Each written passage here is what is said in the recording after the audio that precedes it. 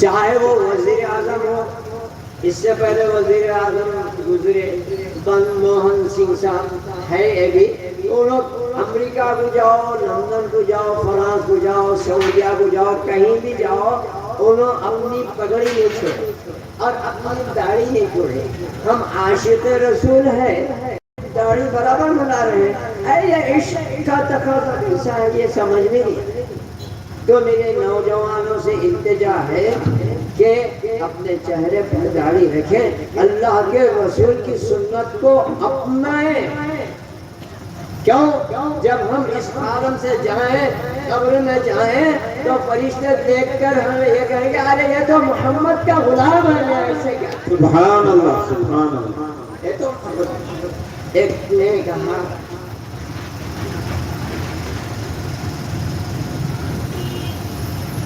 پیروی کرے گا جو پیروی کرے گا رسالت مآب کی،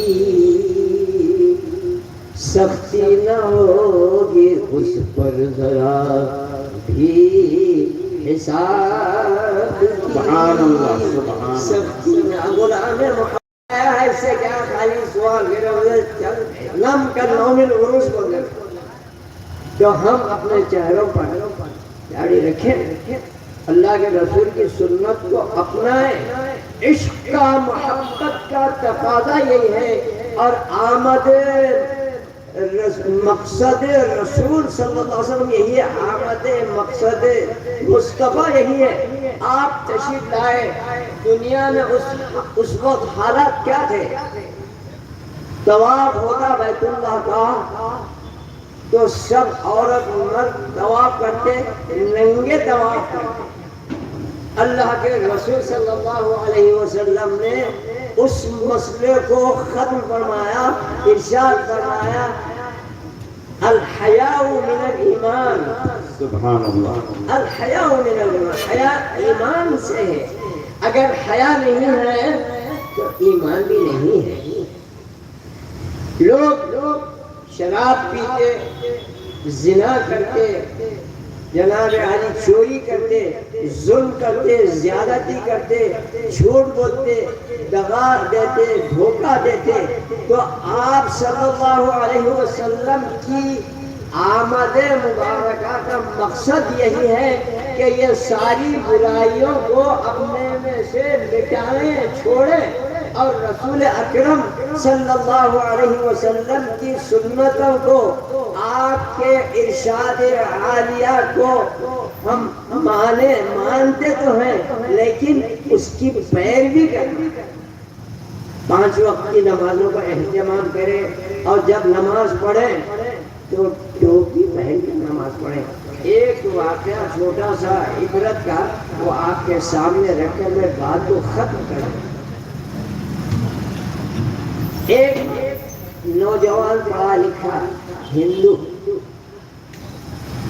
اس نے کہا کہ میں صاحب پڑھا لکھا، کسی مسلمان عورت سے میری شادی کرانی چاہیے۔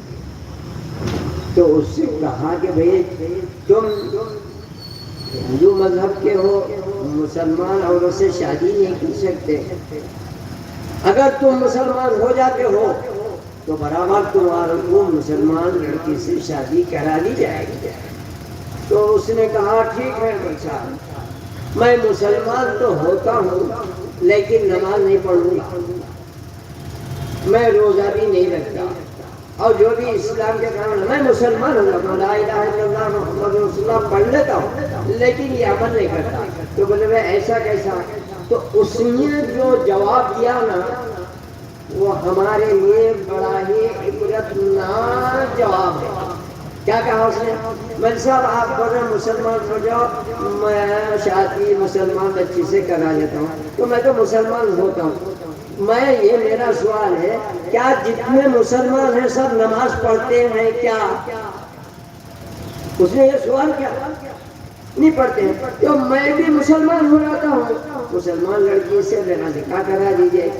کیا سارے مسلمان روزہ رہتے ہیں؟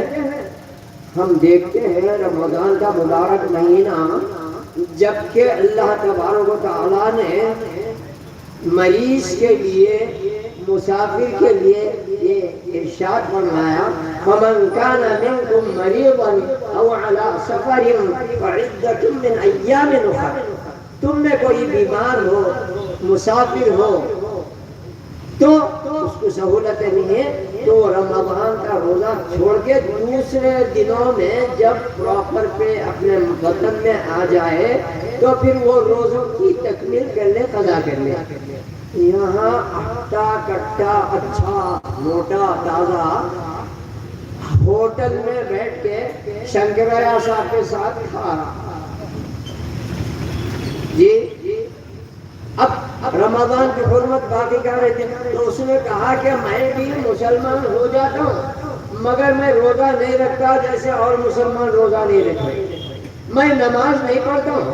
آپ سے میرا سوال ہے کہ سارے مسلمان نماز پڑھ رہے ہیں کیا؟ نہیں پڑھ رہے تو میں بھی نہیں پڑھتا ہوں، مسلمان ہو جاتا ہوں، شادی کرتا ہوں۔ تو ہمارے لیے یہ واقعہ معمولی واقعہ نہیں ہوتا۔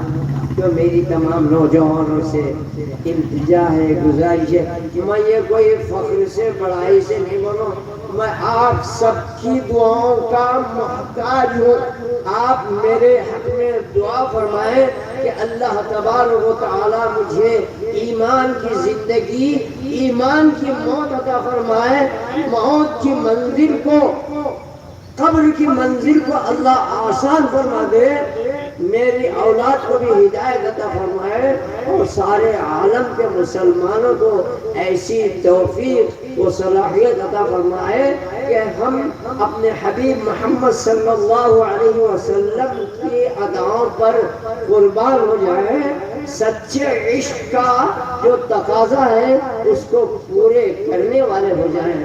اللہ تبارک و تعالیٰ سے دعا ہے کہ سب سے پہلے اے میرے مالک مجھے ہدایت عطا فرما، میرے اہل و عیال بھی بچوں متعلقین کو، میرے خاندان والوں کو ہدایت عطا فرما، جتنے حاضرین ہیں ان سب کو بھی عطا فرما، سارے عالم کے مسلمانوں کو توفیق عطا فرما کہ وہ محمد الرسول اللہ صلی اللہ علیہ وسلم کے مطیع، فرما بردار، وفادار ہو جائیں۔ اگر وفادار ہو گئے تو پھر یہ دنیا کیا ہے کہ محمد سے وفا تو نے تو ہم تیرے ہیں، یہ جہاں چیز ہے کیا، لوح و قلم تیرے ہیں۔